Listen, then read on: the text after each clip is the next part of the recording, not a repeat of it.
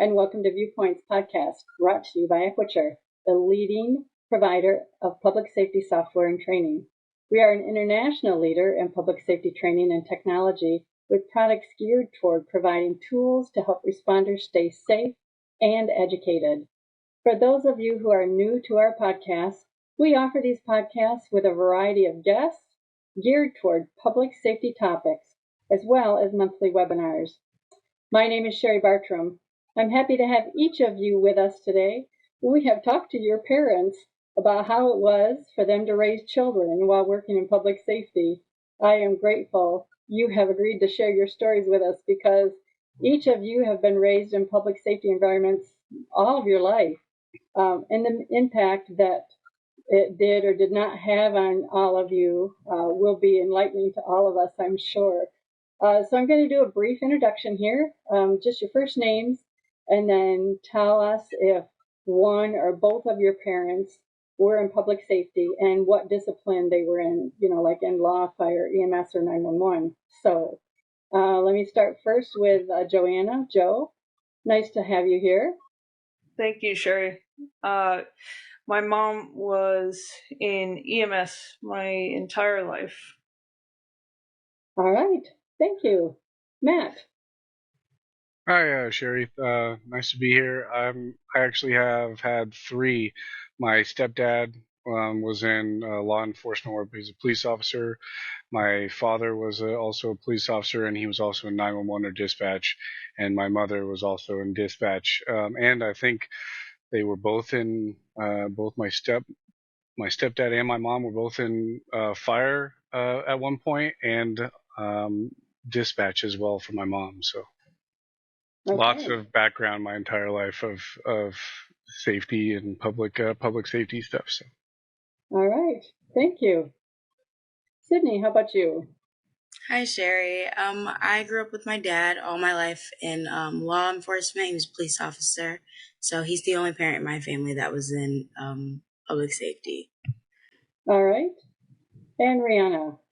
Hi, Sherry. So my dad is in law enforcement, so he was a police officer, and my mom was in 911 dispatch. All right, so we have all the disciplines covered, it sounds like. Well, there's so many questions I have. Let me start first by, I guess I'll just ask each one of you the questions, and then, we can go from there. Matthew, did your friends have parents who were also in public safety? Was that like your main friend group? I actually don't think so. Thinking about it, I didn't have a lot of friends that had specifically parents, or I didn't look for it at least. If it was just a coincidence. It wasn't drawn to me for that certain group of friends. So not any specific close knit friends did they have family specifically in any law enforcement or anything like that. So. Okay. Jo, how about you? As far as I can remember, any friends that I had, their parents were not involved in public safety. I was the only one. Okay. Sydney? Growing up, at least in my grade and my friends that were around my age, I was the only one that had a parent that was in public safety. But I did have a family friend who had a dad that was in fire. He was a firefighter for the town that I live in. So other than that, I was pretty much the only one in my friend group that had anybody that had any job related to public safety. All right, Rihanna, what about you? So I had, I think, maybe one friend who was whose father was a ex-police officer. He retired a little bit after that. So I only had about one. I usually just don't think people were as open about it. So that's the only one that I knew of. All right. Well, I'm going to start with you with this question then. Did your friends or classmates, so did you talk about what your parents did? what they did for their jobs? Yes, I did. I kind of used it as like a bragging right, I guess. So I usually talked about it and I thought it was really cool. And yeah, it was really fun for me to talk about it. Okay. Well, you're still relatively young. Do you still talk about it now that you're, in your teens? Is it still a bragging right? Yes and no. I think it depended on the people I was around. But when I had the right group of people to hang around, it was super cool and fun to talk about with them. Okay. And did your friends think it was cool as well? Most of my friends actually did. I think I had maybe one or two friends that like kind of were standoffish when they met my parents. So I think it was made them uncomfortable, I guess, in a way. So, but for the most part, all my friends thought it was cool. Okay. Sydney, same question to you. How were your friends knowing your dad was in law enforcement? Growing up, I kind of talked about it a little bit, especially since we moved a lot. And when we came to the town that I lived in and graduated in, I kind of talked about it as like a kind of way to make friends. Like, oh, my dad does this cool thing. I had a lot of friends that thought it was pretty cool. Some friends that were um, sort of standoffish around it, probably a little bit uncomfortable. But now that I'm older and I'm in college now, I don't really talk about it as much. My dad used to work or come in and do presentations at my old high school for the forensics class since he was in forensics. And a lot of people knew my dad that way. And that's how it kind of got out in high school that my dad was a police officer. But other than that, nowadays, it's not something that I normally mention a lot. Okay. Joe, what about you with your mom? Um, they, I am my mother's biggest fan, to be completely honest with you, and I always have been. 36 now, and I still brag about her. I still talk about her accomplishments. So growing up, that is what I did. Whether anybody liked it or they didn't like it, I loved her and I loved everything that she did, and I was so proud of what she was doing. Um, so now as an adult, I'm a nurse now, so I have all my firefighter friends and my EMS friends, and she became the chief of EMS here in New York City. So they they think it's amazing, and they can't wait to meet her, and they think she's so cool, and maybe not as I was younger growing up, they didn't think it was so cool. But once I got into the field myself and have friends now, they think it's amazing, and I continue to brag about her, like I said. Well, that's very neat. Um, Matthew, how about you? It's funny how as I if I looking back, I went through phases of like bragging about it, like hey, my dad's a cop, and I was like, kind of just trying to use it as like as I don't know, like he was like a celebrity almost, to not talking about it at all, mostly later in high school and like I don't know, I guess my college phase, and then when I grew up a little bit more, I started talking about it again, saying like, hey, my parents were in this public safety, where they were, how they worked, and bragging about them. Like Joe kind of mentioned, like that's what I started doing when I became an adult, is I actually started bragging about them. So it's kind of funny to go in through and looking about it. Like I did have some friends that were not so thrilled about my parents' job, and then I had some that were like really awestruck about it, and then I stopped talking about it, and then I started talking about it again, and more people were like really curious about what that background is like. So it's funny to see like the waves almost of how I kind of viewed it and how other people view it. So Right. That's interesting. We have a span of ages here on this podcast on purpose. And I'm sure Joe and Matthew, you can look at when you were Rihanna and Sydney's age, and you can see yourselves when you were there. You're probably looking at it kind of laughing to yourself saying, oh yeah, I remember that, right? Yeah. Definitely. I think for me it's a little different than everybody else as far as talking about it, because you guys have police officer parents. I had EMS mom. So people weren't so scared of EMS mom where they would be of, police dad. True. That's true.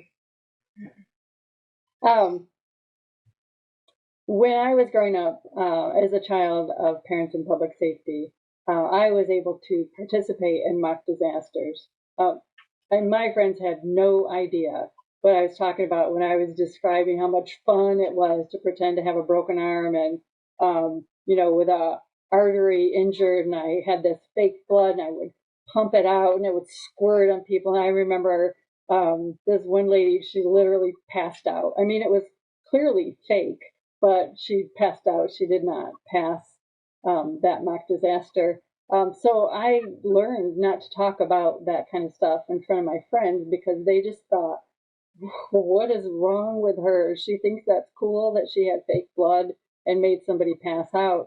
I still think it's cool looking back to it, but you learn what you can and what you can't say. Do any of you have stories about things you've done being part of a public safety family that your friends didn't have any idea what you were talking about?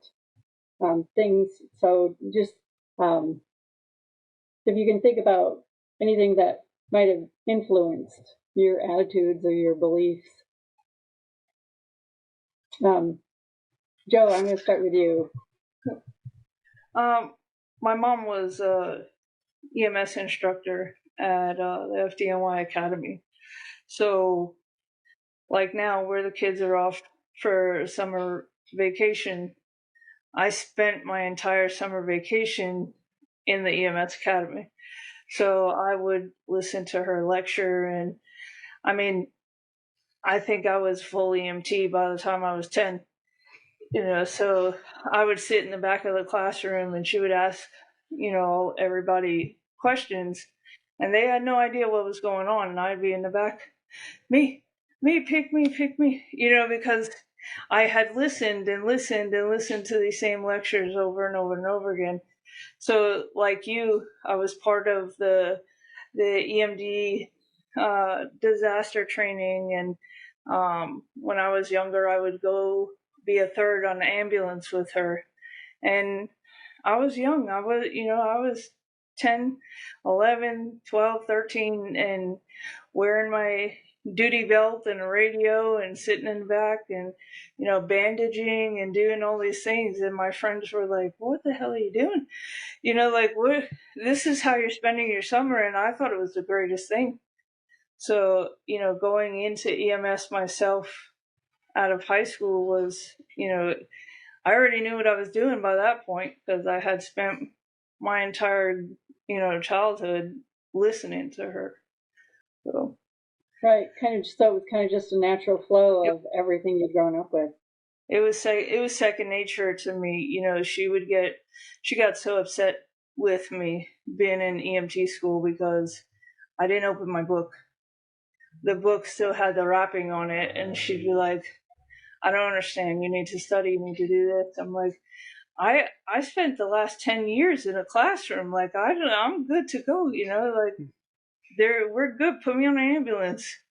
Put me in, coach. We're good. So it was definitely completely different than any of my friends growing up. Yeah. Thank you. Sydney, how about you? For me, I think really the biggest thing that I can remember is kind of, especially with having a dad that's in police, like being a police officer and having two girls as daughters and one of them's going off to college.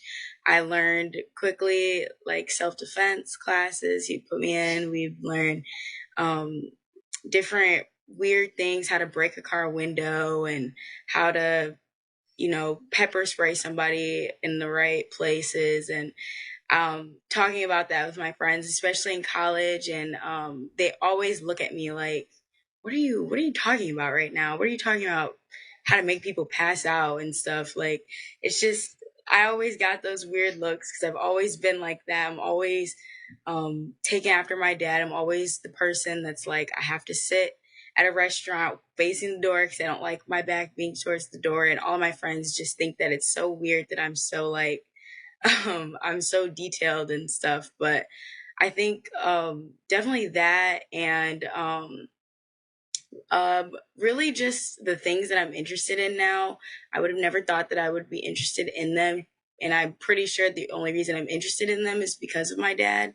And I know a lot of times we would sit and we would watch these different like crime documentaries, and especially over quarantine, I found myself like sitting there for hours after hours just watching these documentaries.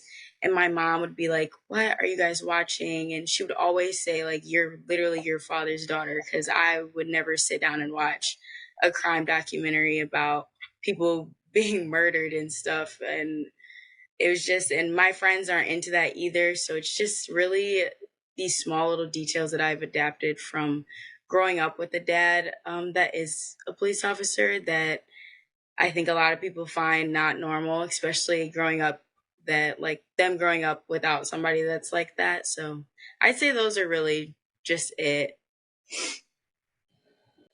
All right. Matthew, how about you? Any stories you want to share? Shooting.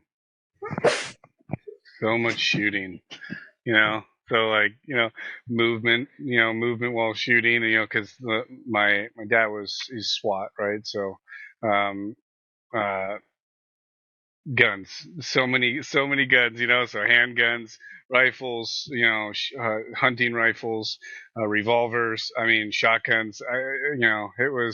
It was a full spectrum, and it was lots of safety control, and steps, and the proper ways to handle a gun and clean a gun and do all this stuff. And it's really funny, I thought that was so normal, and I'm talking to people, and then they're like, excuse me, what? And I was like, and I remember as a kid, I would just tell my friends, yeah, we went out shooting a whole bunch. I think I shot around like 600 rounds, and they're like, what? They're like freaked out. I was like, well, that's, you guys did do that.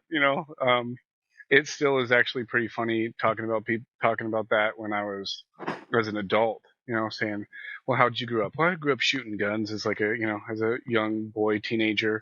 And they're like, what do you mean? I was like, yeah, we shot all the time, handguns, rifles. And they're like, it still kind of freaks people out. Like, why would you guys do that? And I was like, well, it was important. And they're like, it's not really. I'm like, yeah. And my morals now as a grown up, and like to kind of be like, wow, gun control is super important. No understanding, what the importance of knowing how to handle it. I'm like, that needs to be passed down. And some people still look at me like, again, and obviously that's a whole different topic, but it was a pretty funny subject, to bring it up, because some people and some of my friends had no idea. They just couldn't comprehend going out on a weekend, and instead of going to the beach, going and shooting 600 rounds to a rifle and just enjoying every minute of it. And that was a family thing too. It wasn't just me and my dad, like the whole family, where all of us would go out there and all of us would be shooting. So it was like, instead of going to the beach with the family, go to the rifle range. So yeah, it was something that I don't think very many people would do unless they have a police officer or public safety background in their family. So yeah. All right. Mariana, how about you? I know that for me, I found, same with Sydney, I found a lot of times I really love facing doors, making sure that if something comes in, I'm ready for it or aware of it. I know that my parents have been wanting me to just be able to defend myself, so I was put into karate. And then my older brother came in from a different state to teach a class self-defense moves, and I just learned all of it, and it was so cool to me to just learn self-defense, and then they're like, we need to get you out to a shooting range right now. And I was like, okay. So like, I know that my brother and I are gonna go to a shooting range sometime. It was just, we also were put into situations like when we were driving in the car when we were like really young, like when I was like 10 years old. They're like, okay, so what happens if there's a kidnapper and he's trying to convince you to go in with a bunch of cute kittens? And then I would just answer and just be like, I would just run away, and then I would just try to get away from them and not be near them. So I think they put me in situations, and then I would go back and I'd be like, hey guys, at my school, and I'd be like, hey guys, this is what I did this weekend. And they'd be like, what? I just went to the movies with my friends. And I was like, that sounds fun. But I didn't do that. So I think different backgrounds, and it just, people never really understood in a way unless like you have that experience. So a lot of times I got weird looks, but it was always fun. All right. So without even realizing what they were doing, it sounds like your parents were all grooming you in different ways to be safe or to understand their profession. Would that be accurate from all of you? Yeah. Definitely.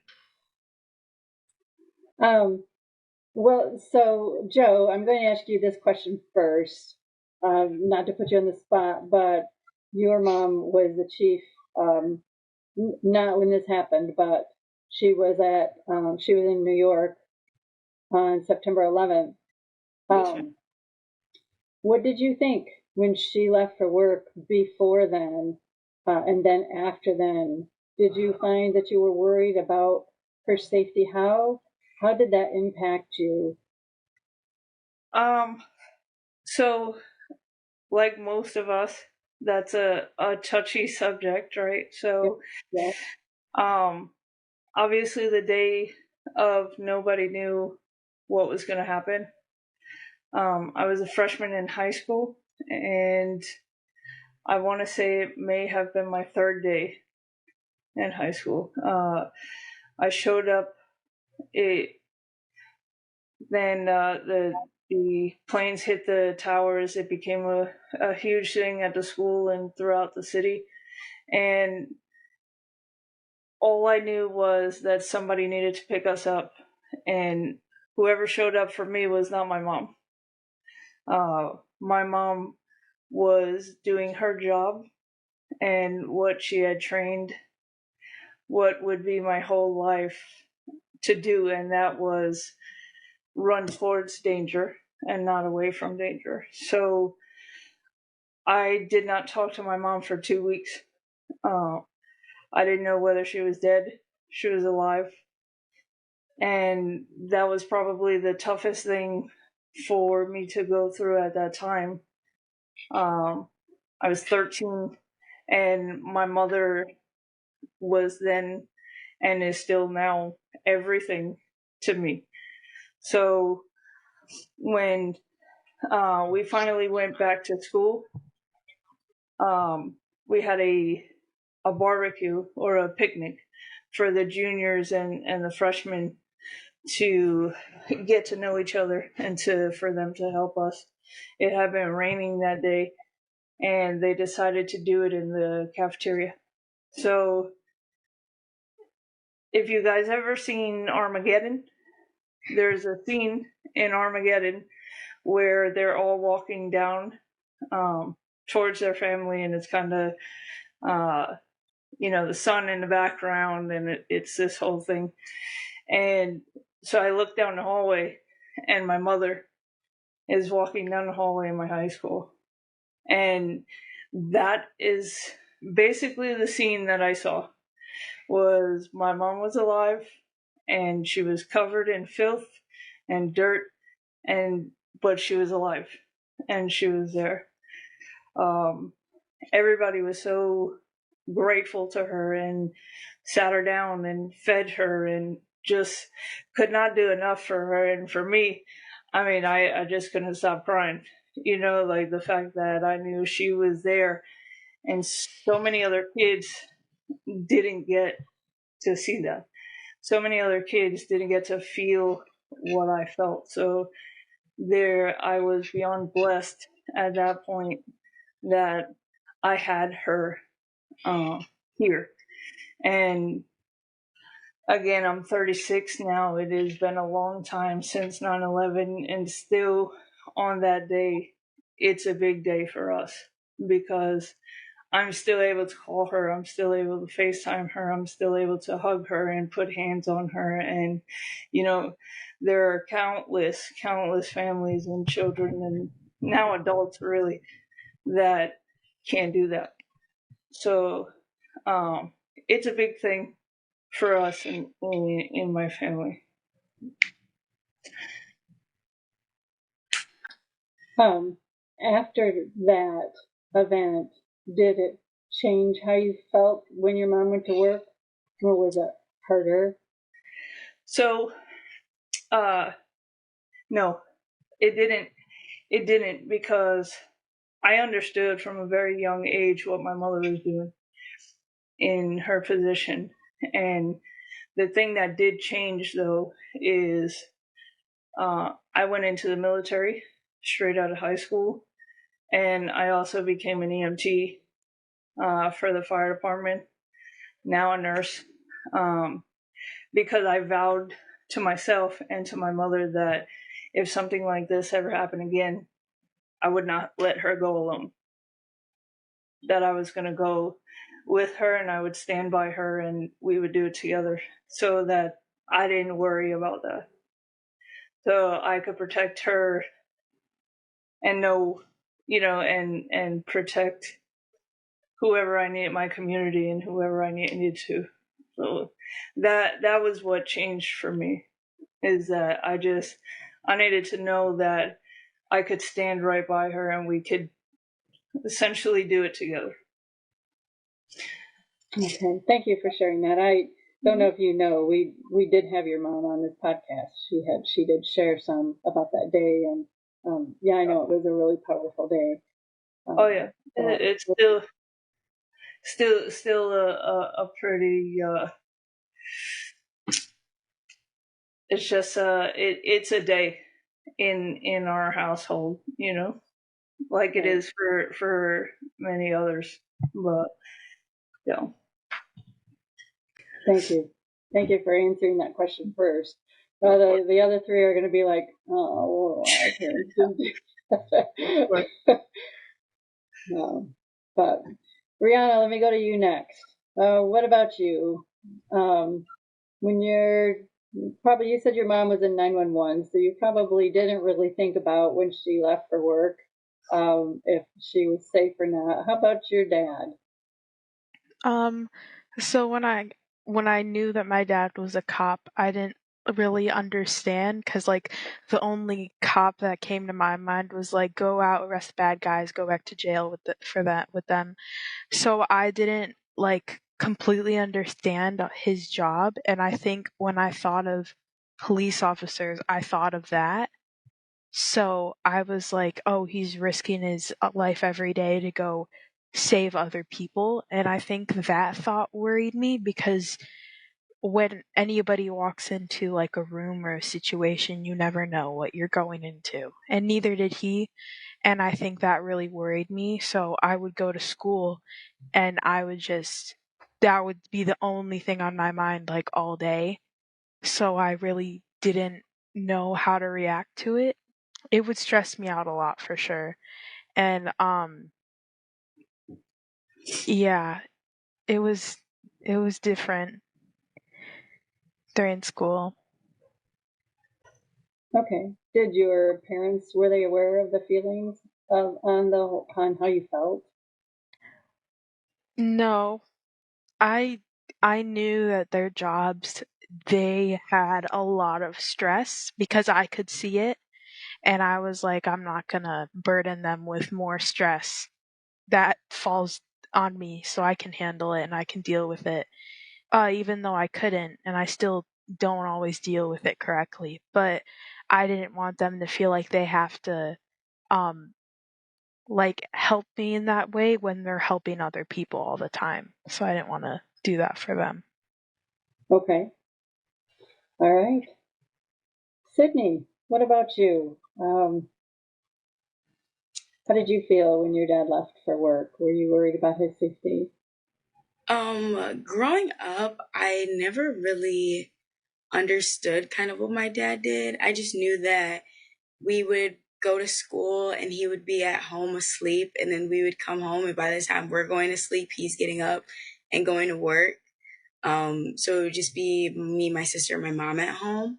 And in all honesty, I don't think I really understood exactly what my dad did until maybe I was like 16 years old. So only a few years ago is really when I understood kind of what he did, just because he always was doing a whole bunch of stuff. And I knew kind of that he was a police officer, but he was a homicide detective. And at one point, now he works in intelligence. So back when he used to work like on the road, I would get a little bit worried just because when my mom would sit me down and kind of tell me what my dad did for a living, and just knowing kind of around like the age of 5 or 6, kind of knowing what a police officer does is just kind of like Rihanna said, you go out and help people and catch bad guys and put them in jail. And there always comes a risk with that. And I never fully understood that risk until I got much older. And by this time, he was already off the roads. But I always look back on it and I appreciate the fact that my dad always got to come home, because I do know a lot of people out there, their parents or family members probably didn't get the chance to come home. But I definitely was worried. Um, I'm still worried to this day, even though I know he goes and just sits at a desk all day now. But you never know still kind of what goes on in the world. So you always are going to have kind of that unsettling feeling and that feeling of worry just because somebody that you love feel like you feel that way about anyone. So yeah, for me, I always kind of did feel worried, and I still do to this day, but especially now that I know kind of the extent of what his job is as a whole. Okay. Matthew, what about you? Man, so my mom being in 911, I never really thought about it, but I might be a little bit different because I was like, my dad, he's a police officer, yeah, he's fine.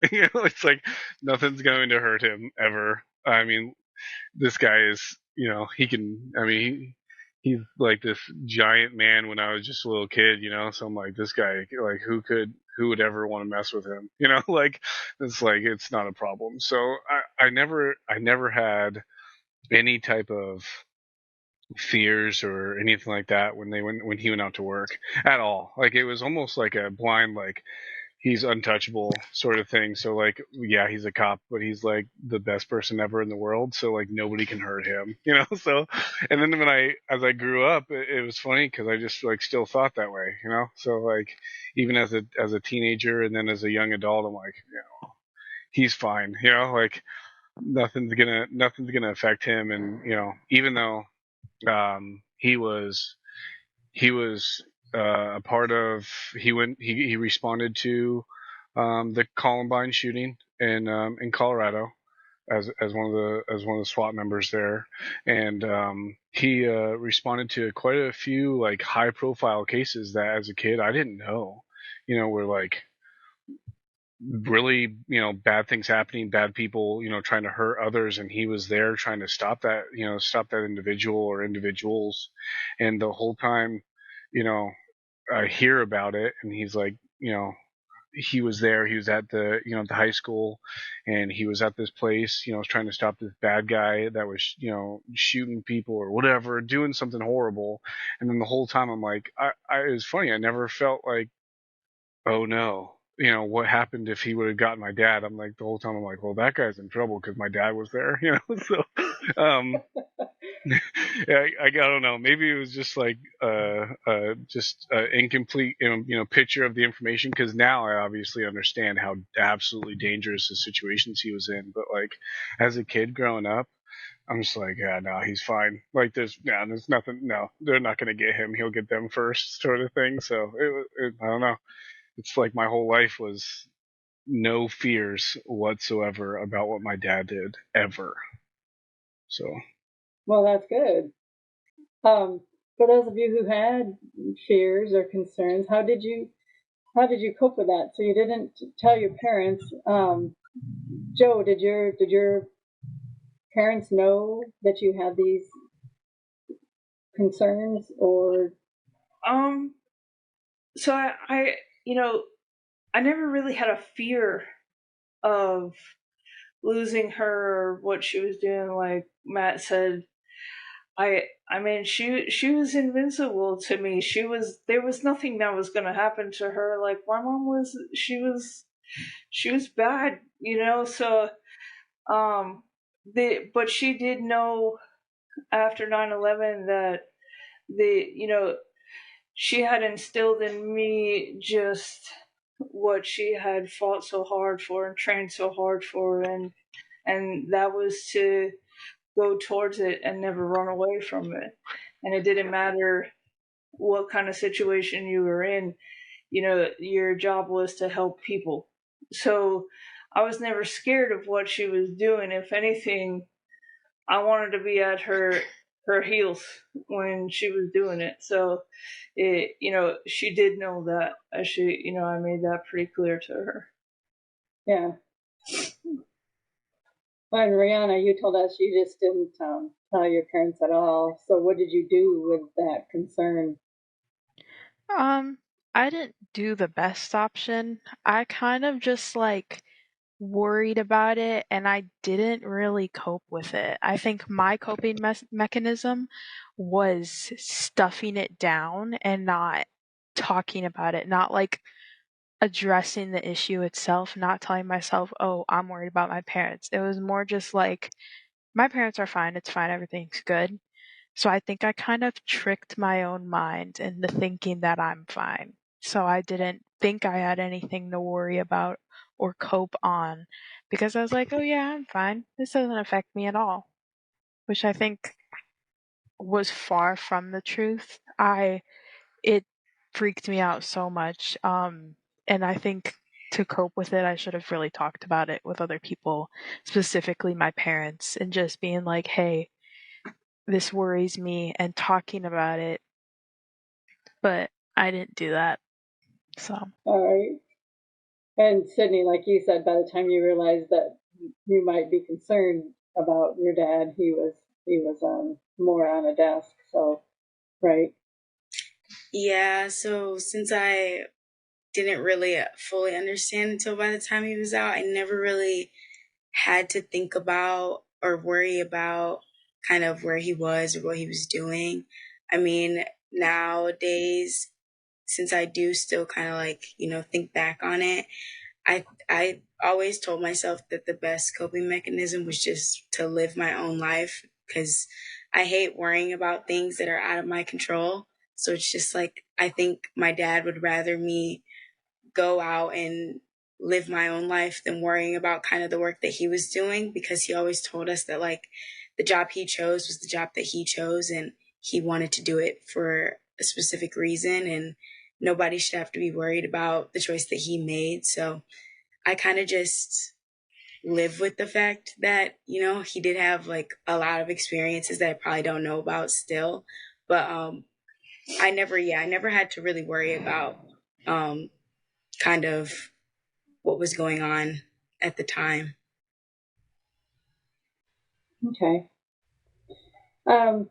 So Joe, you said that it might be different because you didn't have a cop dad or a cop mom, but even so, a mom being in EMS,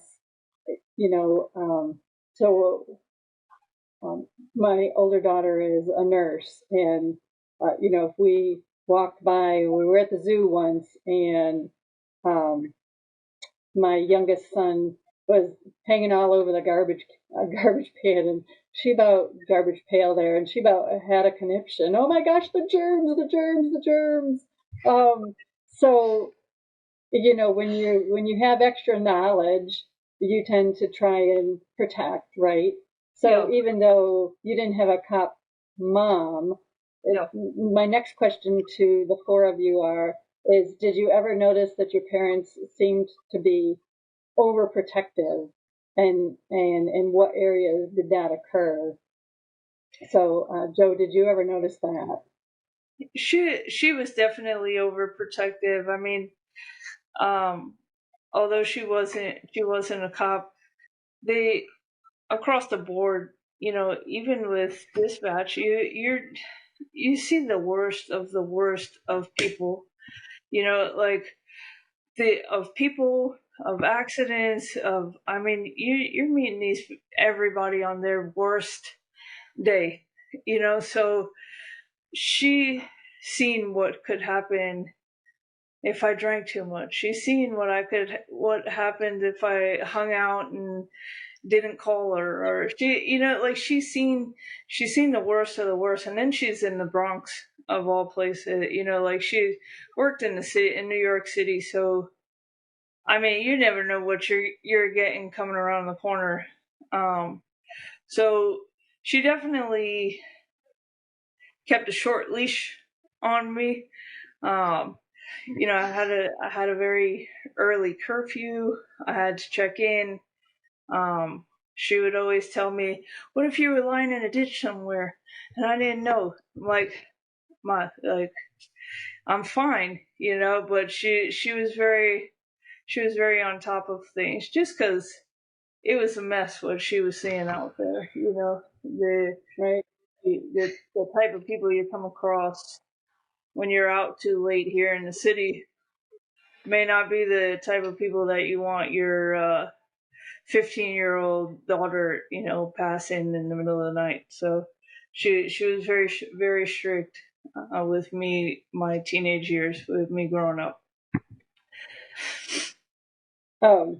Sydney, what about you? So you said now that you're in college, you don't always talk about what your dad does. Do you feel that there were areas that he was overprotective? I'd actually say that for my dad being a dad and a police officer and having a daughter, I'd say he wasn't as overprotective as I kind of thought he would be. But at the same time, there definitely have been like situations where he like needs to know where I am, and especially with me growing up, and it really, I guess I could say it really started senior year because I really wanted my own independence and everything, and it was just like he needed to know where I was. And like Joanna said, my dad always like they always say like, what if you were just laying somewhere and we didn't know where you were? um but I mean, other than that, I really wouldn't say he was overprotective, and especially having friends and telling them to, especially like boys, and telling them kind of like my dad's a cop. It's just like, oh, whoa, like we don't want anything to do with that because like you're gonna have a dad that's overprotective. So I'd say like it's really just with the adulting where it's just like he kind of has more vocal he has more say in like kind of where I'm going or how late I'm out, who I'm talking to and everything. But I'd really say growing up he wasn't really overprotective like I think a lot of people would think, but it's definitely gotten more like protective as I've gotten older and now that I'm in college. Right. I can understand that. Oh, Matthew, what about you? Oh man, it's funny. I got three older siblings, right? So I'm the young one. So they were like strict, strict, strict, and then they're like, hey, just do whatever you want for me. So not really, not fully, but like it was. If you talk to the oldest sibling, they were treated the worst and the most overprotected, and then me being the young one, I was let loose and allowed to do anything, So, um, uh, um, but no, I don't think it was too overprotective. I think that there's things that they did that if you talk to somebody that has never been in a public safety background or doesn't have something like that going on, there's things that they want. Joe really, hit the nail on the head. There is things that, as in the public safety, field, that that our parents have seen, that nobody else has, and some people don't ever want to.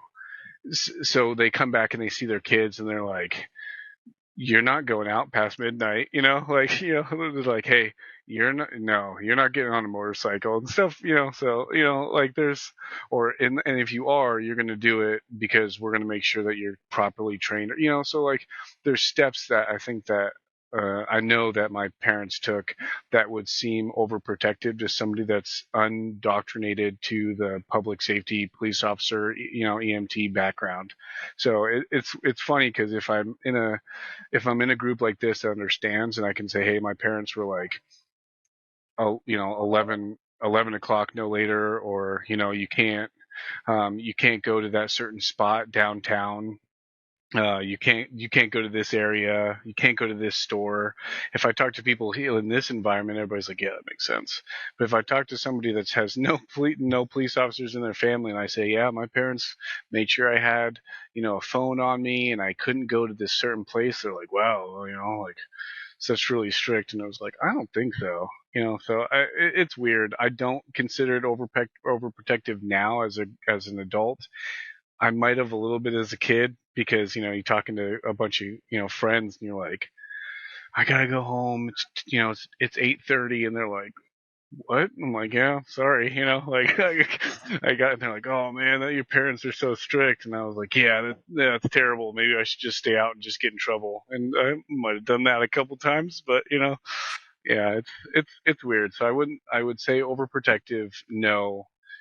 Just a different viewpoint of raising kids, I think is probably the biggest one I would take away. All right. Well, Rihanna, you're still in the middle of it. So how do you feel about that overprotective? So I have 4 older siblings that I have about a 15-year age gap in between. So my parents, there's like no tricks that I can pull, nothing I can do. Be like, oh yeah, we're just gonna go hang out this spot. And they're like, yeah, okay, you're not going. And I'd be like, what are you talking about? I was just gonna go there. And they're like, we've had 4 children before you. Well, we know you're not going there. And I was like, that's not fair. So I think that I found it a little bit unfair before, and then they would tell me all these stories about what their older children did and things, and they'd be like, we know what happens when this stuff goes down, so we know not to do that again. So I think they were not pretty strict, but I think they could always tell, I guess, when it came to boys specifically. When I would talk to maybe like one of them, and then I would introduce them to my parents, and this guy knew what I did, my parents did, so that he was all fully aware of what they were in and everything like that. So when he met my parents, he was like, nice to meet you, super pleasant and very nice to me as well. And my parents, as soon as he left the situation, they were like, we don't like him. And I was like, what? He didn't do anything wrong. He was nice. He was good. And I was like, yeah. And my mom was like, oh yeah, we just have a bad feeling about him. And I was like, well, that's not fair. And they were like, it's completely fair. And I was like, okay. And I don't think I understood at the time. And I hung out with him for a little bit longer. And then I was like, I'm not going to admit it, but they were kind of right. Because, like, you never wanted to admit to your parents when they're right, because that would just be terrible. Because then they'd be like, remember when I was right about this person? And then they use it against you. So I wasn't going to tell them about that. So I think that that was a specific area. And I live in the country. So, like, there was no like spot that I could be like, oh, I'm gonna just go take a walk in the park with my friends, because the nearest park was like 15 minutes away. And I can't drive, so I'm not gonna go there. So I didn't really have a curfew as much, I would say, as like be back by this time. But I You think, will. thank you. Thank You you. will. You'll Yeah, get a curfew sooner or later. cool. Good. Oh, that's funny. Yeah. All right. Well, I just have a couple more questions. So I'm just gonna ask. I'm gonna bounce around here. Um, Joe, what kind of advice could you give other public safety parents who are raising kids that could maybe help them out? I would probably say, as gruesome as it is, or as, as much as they may not want to not lie to their kids about what they do or the things that they see, and kind of, I mean, judge it based on age. Obviously, you're not going to tell your 2-year-old, like what dad's seen, this morning, but they just keep them informed with what they see, so they're not scared of you going to work. So they think that, yes, this is a dangerous job, but my parent is a superhero.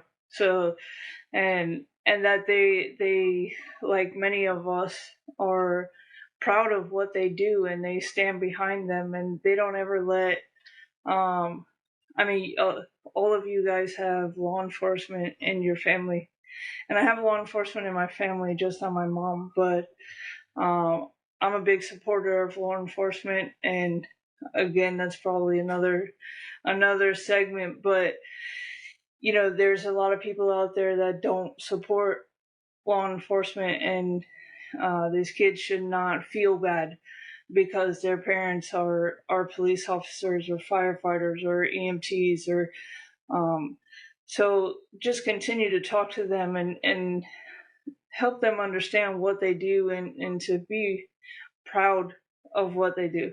And you have your flag behind you that supports everybody. That's huge for me personally, and as a public safety kid, it was big for me to be able to stand next to all of public safety and say, yeah, this is what we do. We help people. We don't hurt people. We don't keep people down. We help. And I think parents, it starts there, and just helping the kids understand that. All right. Matthew, if you could talk to kids growing up with parents in public safety, what would you tell them? Oh man, if I could go back and tell myself, I'd say, why don't you help out a little bit more instead of, causing more headaches. But so um, I think that um, if I could tell kids, and it obviously depended on their age, I would tell them to, pay close attention to what your parents are saying and what you're doing, and the morals and the system, the code that they kind of live by. I seriously doubt my life would be where it's at right now if I didn't have the conduct and the morals that my parents kind of gave to me. And I think that has a lot to do with like their background and what their jobs were.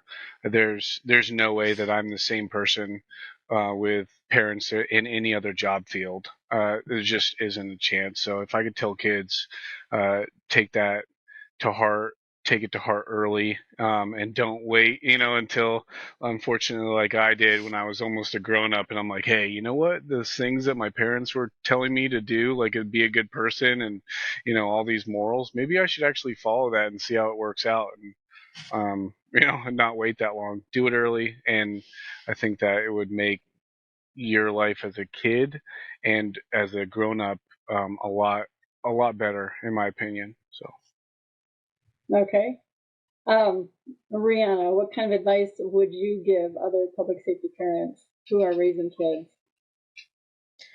I think, adding on to what Joe said, I think transparency really helps because it allows your kid to be like, oh, so this is what my parents are doing. Okay, like I get it now.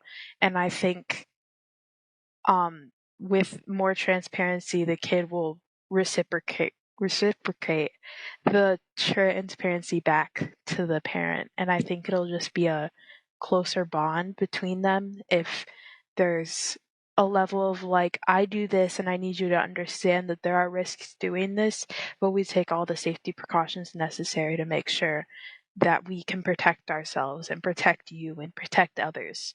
So I think that helped me because my parents did that for me, and I think it really helped and allowed me to feel a little bit calmer about the situations.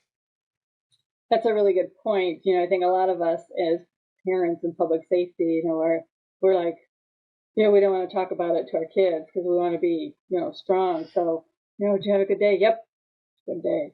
Even though, it could have been a really horrible day. We just don't want to talk about it to them. Whereas that's a really good point to transparency and talking to them. Not like the gruesome 2-year-old stuff, but yeah, that's a good point. Sydney, if you could talk to kids growing up with parents in public safety, what would you tell them? I think one thing I would say would be don't consume yourself with kind of the worrying about where your parents are, what are they doing, and like are they going to be okay? Because I feel like it gets to a certain point where you're always going to be worrying about kind of are my parents okay? And I feel like that's not really what they want for you. It's not a kid's job to worry about kind of what the parents are doing. It's more of the parents' job to be worried about their kids.